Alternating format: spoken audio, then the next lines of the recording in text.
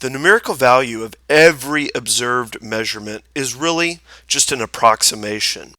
No physical measurement, such as a measurement of mass, a measurement of length, time, volume, velocity, is ever absolutely spot on correct. The accuracy or the reliability of every measurement is limited by the reliability of the actual instrument that does the measuring. And the truth is, these instruments are never absolutely reliable. That's where in the sciences we get into significant figures, or sig figs for short. A significant figure is known to be reasonably reliable. In elementary measurements in chemistry and physics, the last digit is an estimated figure and is considered as a significant figure. Now, before we move on, we do need to establish a little bit of a vocabulary understanding, and I use the term digits. When I use this term digits, all I mean is all